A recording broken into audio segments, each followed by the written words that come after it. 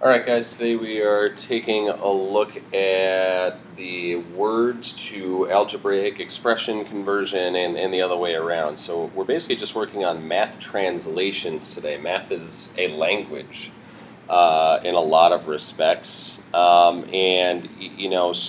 we kind of need to start taking a look at some of the vocabulary and learn how to go from words into some type of mathematical equation or expression in the other way around. We're going to start off with some vocab. If you want more detailed definition, your book can provide those. I'm just going to give some rough definitions of each of these things. Algebraic expression, there's two parts to that. There's algebraic and expression. Okay? Expression is the easy part. That's a set of numbers and operations. Okay, so addition, subtraction, multiplication, division, exponents, square roots, whatever, but with no equal sign. Okay, there should not be an equal sign anywhere for it to be an expression. If there's an equal sign, that would be an equation.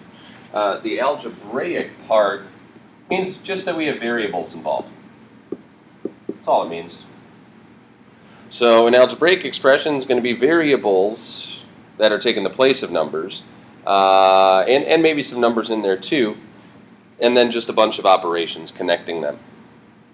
A variable is simply a letter that represents a number.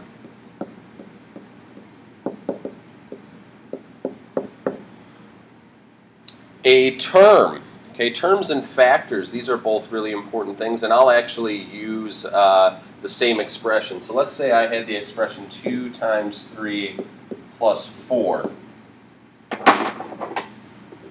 2 times 3 and 4 would both be terms. Terms in an expression are separated by either addition or subtraction. Okay, so every time you see an addition or subtraction sign, that starts a new term. If it's multiplication or division, though, that's not a new term.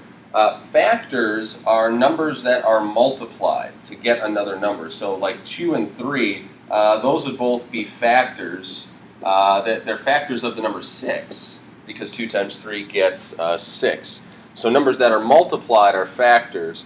Numbers that are, or parts of an expression that are added or subtracted, those are terms. Okay, moving on to the next set of vocab. Hopefully, a lot of these terms you're familiar with here. We have product, power, exponent, and base. Okay, product, that's multiplication. Got that one taken care of. Power, exponent, and base all work together. So let's say I have the expression 2 to the 4th. 4 is the exponent. 2 is the base. So the number that is being raised to a particular exponent, that's the number we call the base. The whole thing is called a power. You want to be very careful with your vocabulary there. We often misuse the word power. Some people use power instead of exponent, and it's really not the same thing. Power is the entire expression. Also, just for the sake of review, remember what 2 to the 4th means. Think about what 2 to the 4th means, and then see if you can write it down really quick. Pause for a second if you need to. So 2 to the 4th would be 2 times 2 times 2, exactly 4 times. Okay, so the base is the number that's being multiplied repeatedly by the number of times of your exponent. Okay, so what we want to first try to do is translate algebraic expressions, so we have some variables and things in there, and we want to translate that into words. Now, before we can do that, when we see 3x to the 4th, we have to know what operation is between the 3 and the x. Okay, and we understand that to be multiplication. Same thing, it's going to be the same thing down here with the 5y squared. Okay, so there's a couple ways you could do it. You could do 3 times x to the 4th That would work fine. See if you can write down a different way. Pause for a second, see if you can change the word slightly and just write it in a different way. Pause for a second, see if you can write a different way. Okay, so another way that I thought of is the product of 3 and x to the 4th.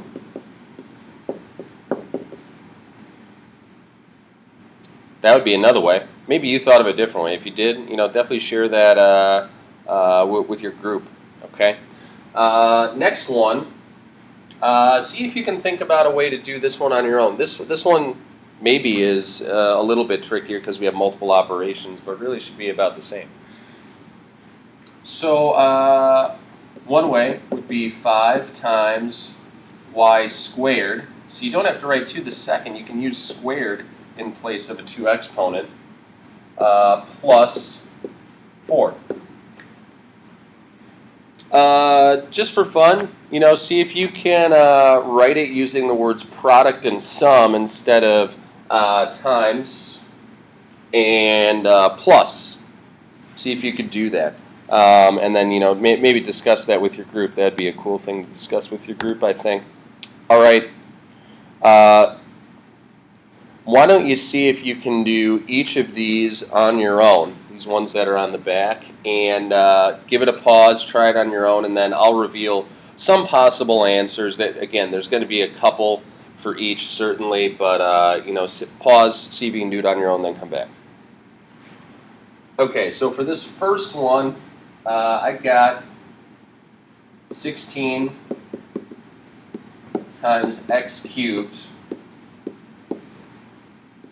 minus 5. For this next one, I got half of y plus 6. Oops, I should actually write the word plus, sorry. Plus 6 times z over 5.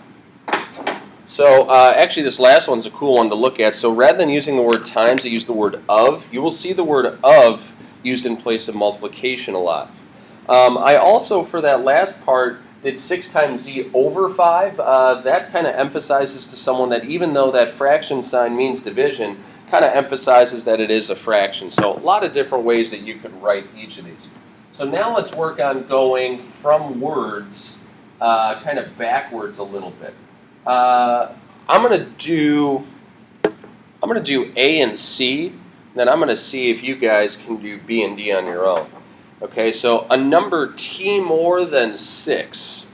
Okay, so if we're getting more than a certain amount more than something, that's addition. So I'm thinking this is 6 plus t. C is actually a slightly complicated thing because they throw that word volume in there. What you got to remember is oftentimes when you see words, you're going to see, real quantities being described, area, volume, things like that. So do we need to actually write the word volume as a part of our answer? No. Does the fact that V represents volume make a difference? Honestly, not really. It's just kind of something extraneous. But if you have 2/3 the volume of something, that means you're multiplying it by 2/3. So it's 2/3 V, or 2/3 times V, if you will. Why don't you guys try B and D on your own? Pause, and then come back. Okay, 10 less than the product of 7 and F. So the product of 7 and F is 7F. Now the question is it 10 minus, or is it minus 10? If it's 10 less than that product, it's 7F minus 10. So let's D should be a pretty simple one. The product of P and 6. You could write P times 6. You could write 6P. The order doesn't particularly matter there. Okay, that's pretty much all we've got. We got one more here. 1/3 the area of A. Again, this is another one where this area word is pretty much an extraneous word. But again, we see of means multiplication. So it's 1/3 A. Hopefully you're pretty familiar with this translation thing already. I know there's a lot of words here, but try a lot of the practice on your own and discuss with your group or me when you need help. That's it for today. Hope you learned something.